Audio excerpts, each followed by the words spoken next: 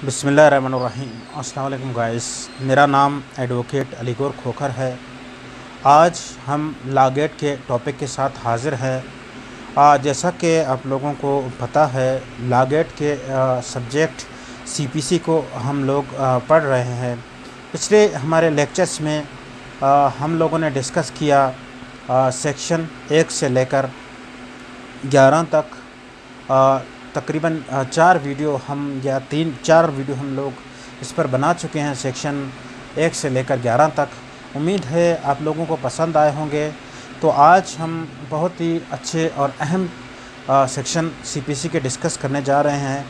उम्मीद है आप लोगों को पसंद आएंगे और आप लोगों के कॉन्सेप्ट क्लियर होगा। तो आज हमारे पास सबसे अहम बात यह है कि जब हम दावा दायर करने जाते हैं तो हम लोग सोचते हैं, परेशान होते हैं कि भाई हमें ये दावा कहाँ पर इंस्टीट्यूट करना चाहिए, कहाँ पर दायर करना चाहिए। तो हम लोग ये सोचते रहते हैं।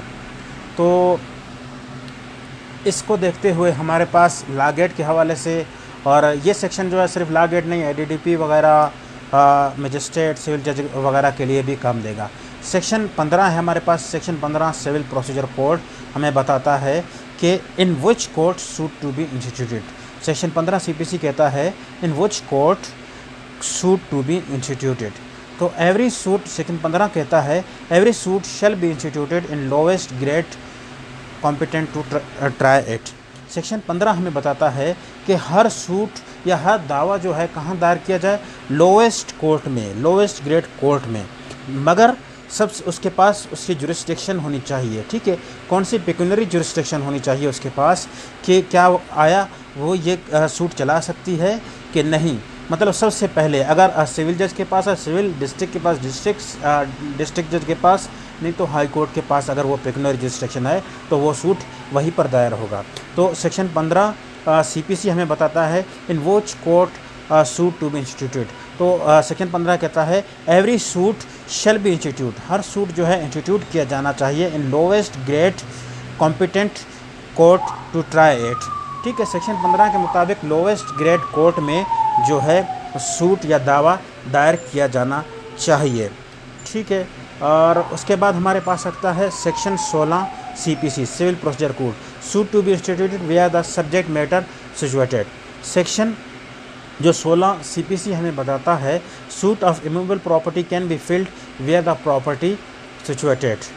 ठीक है, सेक्शन 16 सीपीसी हमें कहता है जहाँ पर आपके प्रॉपर्टी वाक़या है, जहाँ पर आपके प्रॉपर्टी इमूवेबल प्रॉपर्टी वाक़या है और उसका मामला है, आपका सूट वहीं पर चलेगा। ऐसा नहीं कि आपकी प्रॉपर्टी कोयटा में आप किसी और ज़िला में केस चलाएं, ये भी नहीं हो सकता। ऐसा नहीं कि आपकी प्रॉपर्टी कराची में आप आकर वो केस कोयटा चलाएं, ऐसा बिल्कुल ही नहीं होगा। ठीक है, तो आप लोगों का केस जो है जहाँ पर आप लोगों की इमूवेबल प्रॉपर्टी वाक़या है, अकॉर्डिंग टू सेक्शन 16 सीपीसी आप लोगों का केस वही दायर होगा। चाहे वो case recovery of immovable property हो, चाहे वो पार्टीशन ऑफ इमूवेबल प्रॉपर्टी हो। ठीक है, प्रॉपर्टी की रिकवरी का केस हो या हिस्सेदारी का केस हो, पार्टीशन का केस हो, तो वो कहाँ पर लगेगा, जहाँ पर आप लोगों की प्रॉपर्टी वाक़या है, सिचुएटेड है। उसके बाद हमारे पास आता है section 17 CPC civil procedure code. ठीक है, suit for immovable property situated within the jurisdiction of the different courts.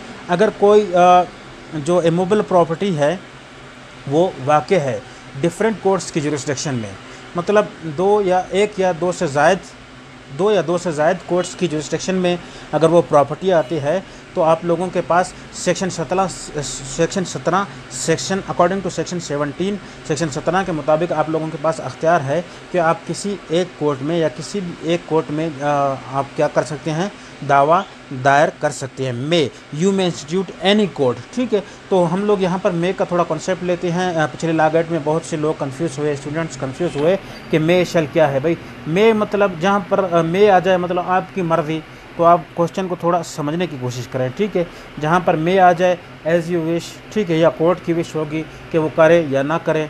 उसकी जैसा कि सेक्शन 151 इनहेरेंट पावर है कोर्ट की मर्ज़ी कि वो उसको अलाउ करे या नहीं करे।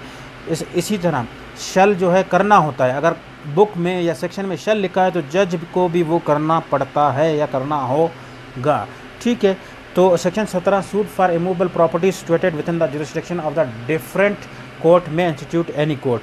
ठीक है, सूट जो इमूवेबल प्रॉपर्टी का डिफरेंट कोर्ट्स की जुरिस्डिक्शन में मुख्तलिफ कोर्ट्स की हदूद में वाक़ है, वो सूट किसी भी कोर्ट में इंस्टीट्यूट किया जा सकता है। उसके बाद हमारे पास है section 18 CPC, place of institution where the local limits of jurisdiction of the court are uncertain. जहाँ पर कोर्ट की जो लोकल लिमिट है ना, सेक्शन 18 CPC कहता है जहाँ पर कोर्ट की जो लोकल लिमिट है वो अनसर्टेन है, मुकर्रर करदा नहीं है, तायन करदा नहीं है, तो आप लोग क्या कर सकते हैं, in any court after recording the statement, किसी भी कोर्ट में आप लोग क्या कर सकते हैं, अपना दावा इंस्टीट्यूट कर सकते हैं, लेकिन कोर्ट की स्टेटमेंट रिकॉर्ड करने के बाद सेक्शन 18 कहता है कि आप जहां पर किसी कोर्ट की जो है जुरिस्डिक्शन हदबंदी बयान नहीं की गई है, तो आप लोग उनमें से किसी एक कोर्ट में अपना दावा दायर कर सकते हैं। उसके बाद CPC हमारे पास सेक्शन 19 है। सेक्शन 19 क्या किसके बारे में है, suit for compensation for the wrongs person or movable. ये सेक्शन 19 जो है मूवेबल के बारे में है। कोई शख्स कुछ गलत करता है तो उसका सूट भाई कहाँ पर फैला होगा, उसके खिलाफ दावा कहाँ पर, उसके खिलाफ जो दावा है वो कहाँ पर, जहाँ पर डिफेंडेंट रिहाइश पजीर है या जहाँ पर डिफेंडेंट का बिजनेस है।